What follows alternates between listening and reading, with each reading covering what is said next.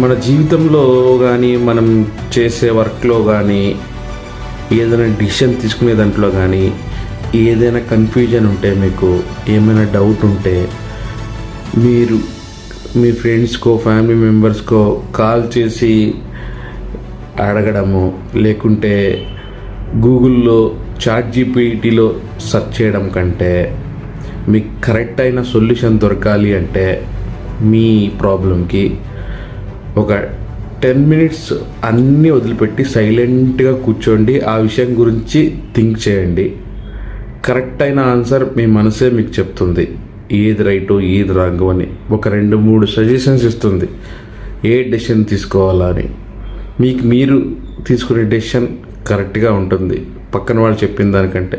ఎందుకంటే మనం ఎప్పుడు మన డెసిషన్ మీదే ఆధారపడి ఉండాలి. పక్కన వాళ్ళ డెసిషన్ మీద ఆధారపడితే మీరు కరెక్ట్ అయిన డెసిషన్ మేకర్ అవ్వరు.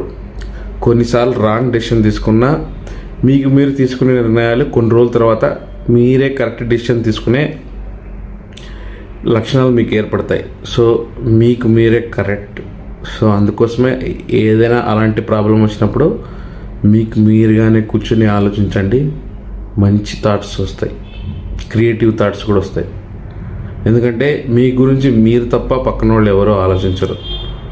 ఇది నిజం.